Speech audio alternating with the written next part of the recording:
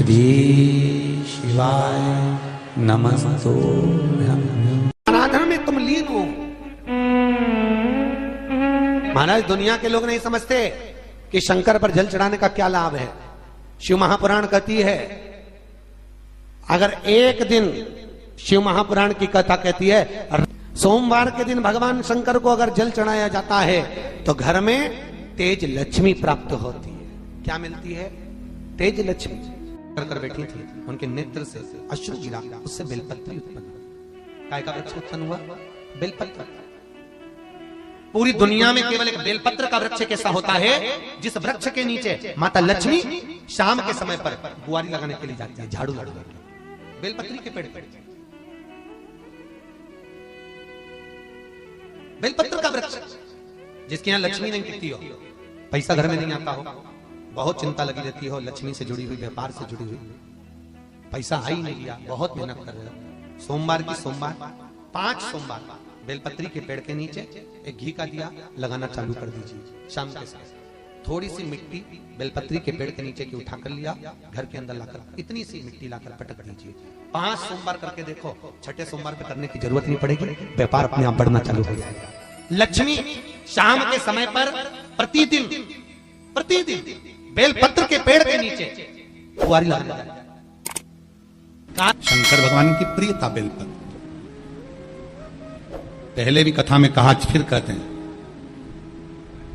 जिस व्यक्ति के जीवन में धन, संपदा, वैभव, सत्ता, लक्ष्मी की थोड़ी भी कमी दिखती हो, उसको बेलपत्री के वृक्ष का पूजन चालू कर देना चाहिए। जाओ सोमवार के दिन बेलपत्र वृक्ष के नीचे जल चढ़ाकर, जल का सिंचन कर कर, उसी बेलपत्र के नीचे शाम के समय पर संध्या काल में, प्रदोष काल में भगवान देवाधिदेव महादेव गौरी शंकर का स्मरण करो। बेलपत्र की जड़ की ओर, बेलपत्र की तना की ओर, बेलपत्र के वृक्ष की ओर तुम्हारा मुख हो। कोई आसन नहीं, कोई आसन नहीं, केवल बेलपत्र के वृक्ष की ओर तुम्हारा मुख हो। जहां बेलपत्री का वृक्ष है उसके नीचे बैठकर, उसकी छाया में, उसकी ओट में पंचाक्षर मंत्र नमः शिवाय, या फिर षडाक्षर मंत्र ओम नमः शिवाय, या फिर श्री शिवाय नमस्तुभ्यम का स्मरण कर कर अपने हृदय की बात गौरी शंकर से, महादेव से कहे। शिव महापुराण की कथा कहती है, 7 दिनों में एक दिन सोमवार का ऐसा होता है जिस दिन 33 कोटि देवी देवता बेलपत्री के वृक्ष के नीचे बैठकर भगवान शंकर और पार्वती का स्मरण करते हैं और शिव पार्वती उनकी झोलियां खुशियों से भरते हैं। देवता भी जिनका भजन कर रहे हैं वो बेलपत्री के वृक्ष के नीचे। लक्ष्मी, मां लक्ष्मी भी बेलपत्र के वृक्ष के नीचे निरंतर विराजमान होती है। और आप लोगों से एक निवेदन और करना चाहेंगे, ये मनुष्य का शरीर जब तक रहे, ये मानव की देह जब तक रहे, जिंदगी में एक बेलपत्री का वृक्ष अपने रहते रहते कहीं पर भी लगाना, उसको बड़ा करना, उसको बड़ा कर कर जैसे अपने बच्चे को बड़ा करते हो ऐसे लगाकर बड़ा कर कर महादेव से कहना कि मैंने अपनी जिंदगी में, मैं मर भी जाऊं, मेरे प्राण छूट भी जाएं, मेरे जाने के बाद मेरे घर के लोग एक लोटा जल चढ़ाएं ना चढ़ाएं, बेलपत्री चढ़ाएं ना चढ़ाएं, पर ये वृक्ष मैंने बेलपत्री का लगा दिया, अगर मैं मर भी गई तो मेरे मरने के बाद भी मेरे हाथ की बेलपत्र महादेव को चढ़ती रहेगी, महादेव को प्राप्त होती रहेगी। लगाओ, एक बेलपत्री के पौधे को छोटे से बड़ा करो, बड़े से बड़ा करो, बड़े से बड़ा करो, और बड़ा करने के बाद उसको कहीं तुम्हारी मर्जी पड़े जहां, उस बेलपत्री के वृक्ष को लगाओ। अगर गलती हो गई, ये बहुत गलतियां हो गई, बहुत दुख पड़ गया, तकलीफ में आ गए, लग रहा है कि मुझसे बहुत गलतियां हुई है, बाबा मेरी नहीं सुन रहा, ये बेलपत्री का भाग की डंडी पीछे की ओर कर, जहां बैठकर बेलपत्र चढ़ा रहा, पत्ती का मुख अपनी और डंडी का मुख सामने। शिव की कुछ आराधना है, मेरे भोले बाबा की कुछ आराधना है। खाली ना जाता कोई, खाली ना जाता कोई, दर से तुम्हारे मैं भी खड़ी हूं नहीं, बाहें पसार मैं भी खड़ा हूं नन्ही बाहें पसार। 72 साल बाद ये जो सावन का महीना आया है, सोमवार से सोमवार तक का, कहते हैं इस सावन में जो सोमवार से सोमवार तक का सावन रहता है, सोमवार से शुरू सोमवार से विराम, अगर आपके घर में रुद्राक्ष है, आप रुद्राक्ष धारण करते हो या रुद्राक्ष अपने घर में रखते हो, तो उस रुद्राक्ष को छोटी सी कटोरी में रखकर या एक पात्र में रखकर 7 बार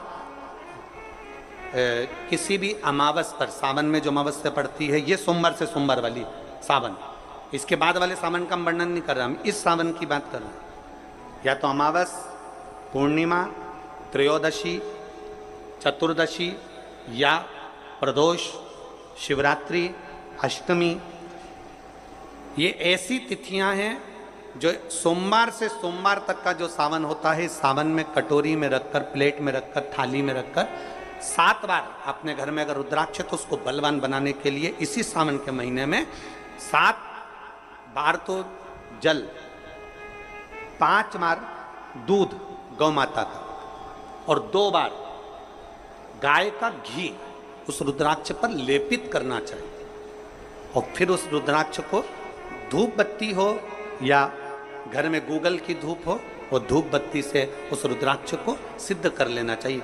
कुछ नहीं आता ना, शिव का नाम लो, श्री शिवाय नमस्तुभ्यम बोलो और उस रुद्राक्ष का स्पर्श कर कर अपने गले में धारण करते हो तो गले में, पूजन में रखते हो तो पूजन में, या किसी कार्य सिद्धि के लिए रखते हो तो कार्य सिद्धि के लिए। अगर ये सोमवार से चालू होने वाले सावन को, सोमवार से विराम होने वाले सावन में अगर हम सिद्ध कर लेते हैं, तो वो रुद्राक्ष हमारे जीवन का सबसे श्रेष्ठ रुद्राक्ष हो जाता है,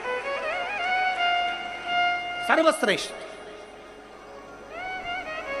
अभी हमारे सीहोर में कुबेरेश्वर धाम पर ये जो सावन का महीना आया है, इस सावन में हमारे यहाँ कुबेरेश्वर धाम पे वैसे तो जो महाशिवरात्रि आती है, जिस समय रुद्राक्ष उत्सव होता है, उस समय पर रुद्राक्ष को सिद्ध कर लिया जाता है।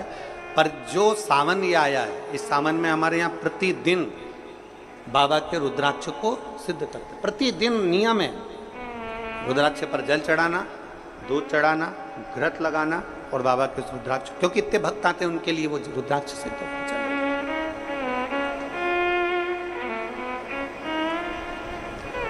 इसी सावन में 4 मुखी 3 रुद्राक्ष, कितने?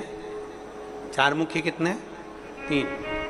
5 मुखी रुद्राक्ष 3 और 6 मुखी रुद्राक्ष 3। इनके बीच में सवा गांठ लगाई जाती है। 4 रुद्राक्ष कितने? जल्दी बोलो। 4 मुखी रुद्राक्ष कितने? 3। 5 मुखी रुद्राक्ष कितने? 3। 6 मुखी रुद्राक्ष कितने? 3। इनके बीच में सवा गांठ लगाई जाती है।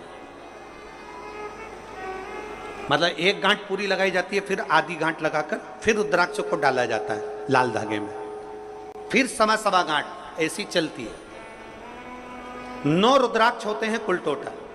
अगर ये 9 रुद्राक्ष को शंकर भगवान के शिवलिंग के पास में रखकर, ये सावन, इसको अन्य सावन में नहीं कर सकते, केवल इसी सावन भगवान शिव के मंदिर में शिवलिंग के पास उसको रखकर 7 लोटा जल, 5 बार दूध और 2 बार घृत अगर लेपन कर दिया जाता है उस माला को, और उसी माला को हम बेलपत्री के पेड़ के नीचे बैठकर अपने गले में अगर धारण कर लेते हैं, तो दुनिया का ऐसा कोई कार्य नहीं जो तुम्हारे लिए हो नहीं, पक्के में होकर ही मानता। उस रुद्राक्ष का इतना महत्व, ये तुम जो सहज में सुन रहे हो ना, हम फिर कहेंगे दया सिंह, जो हम फिर दया सिंह जी को धन्यवाद देंगे कि ये जो सावन के महीने की कथा लिए दया सिंह जी, ये साधारण नहीं है। दुनिया के लोग भले इसको सहजता में रख लें। 27 जुलाई 1953 में ये सावन आया था, उसके बाद 2024 में ये सावन आया। लोग तरसते हैं इस सावन के लिए कि इसमें हमें रुद्राक्ष को सिद्ध करना है, हमें इसमें बेलपत्र का पान करना है, इसमें हम जो मांगेंगे हमारा बाबा कृपा करने के लिए तत्पर रहता है। ये वो रुद्राक्ष का आनंद पाते हैं। मैं धन्यवाद देता हूं दया सिंह जी आपको बहुत बहुत, और पूरी समिति को। शिव मंदिर में जैसे आप लोग जाते होंगे शंकर जी के मंदिर में, तो ये तो शिवलिंग हो गया, ये जलाधारी हो गई, ये जलाधारी है, ये शिवलिंग है। और जलाधारी और शिवलिंग के यहाँ शिवलिंग से लेकर जहाँ से पानी नीचे गिर रहा है, आप पानी यहाँ चढ़ाते हो तो ये घूम के यहाँ से नीचे आ जाता है। आपने जल यहाँ चढ़ाया शिवलिंग पे तो जल घूमकर यहाँ से नीचे आ जाता है। इस जगह से नीचे की ओर आ जाता है, इस स्थान से। प्रयास करिए, ये जो सावन आया है 72 वर्ष के बाद, प्रयास करिए कि कितना बड़ा भी रोग है, कितनी बड़ी भी बीमारी है, आप डॉक्टर से इलाज करवाओ, पर ये जो स्थान है अशोक सुंदरी का, इस स्थान पर एक बार अपनी हथेली रखकर देखिए और भगवान शिव से पंचाक्षर मंत्र नमः शिवाय, षडाक्षर मंत्र ओम नमः शिवाय या श्री शिवाय नमस्तुभ्यम स्मरण कर कर देखिए और एक बेलपत्र बाबा की लेकर जहां से पानी नीचे गिरता है उस स्थान पर लगाकर उसी बेलपत्र को खाइए और फिर जाकर डॉक्टर को एक बार फिर जांच करवाइए कि उस रोग में आराम कितना लगा है, उस रोग में अंतर कितना आया। सावन का ये महीना जिसमें आप भगवान शंकर की अविरल भक्ति को धारण कर रहे हो, सोमवार से सावन चालू हुआ और सोमवार के दिन सावन विराम होगा। ऐसा सावन 72 साल के बाद आया। 27 जुलाई 1953 में ऐसा सावन पड़ा था। कितनी तारीख को? जम के बोलो जरा। 27 जुलाई 1953 में ऐसा सावन पड़ा था जो सावन सोमवार से चालू हुआ था और सावन सोमवार के दिन विराम हुआ था। 72 साल के बाद ऐसा सावन आया है जिसका योग आज है।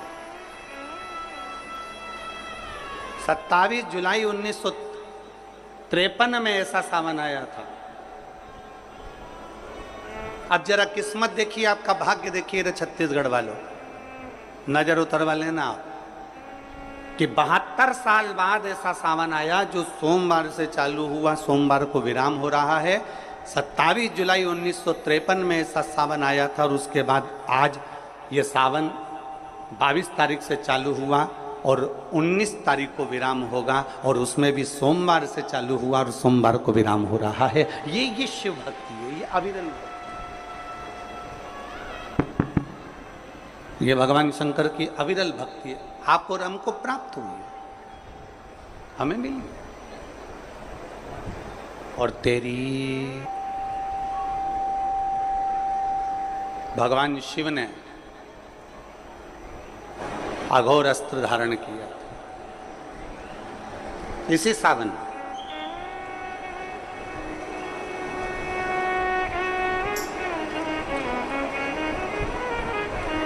एक त्रिपुरासुर असुर हो गया, 3 पुरियों का निर्माण कर कर वो निवास कर रहा है।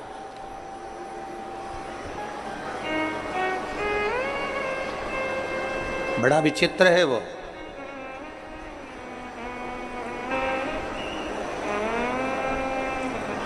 बहुत सावन आते हैं, सारे सावन आते हैं।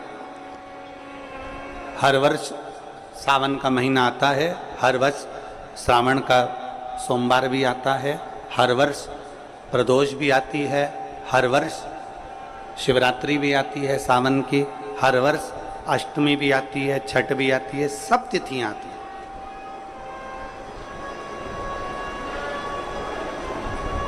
ये सारी तिथियां हर साल आएंगी, हर साल प्राप्त होंगी, पर जो योग मेरे देवाधिदेव महादेव का लगा है सोमवार से प्रारंभ होकर सोमवार के विराम का, ये सावन बार बार नहीं आता, ये सावन इतनी जल्दी नहीं आता। जो 72 वर्ष के बाद 27 जुलाई से 1953 के बाद में आज योग लगा, जो 22 जुलाई 2024 में प्रारंभ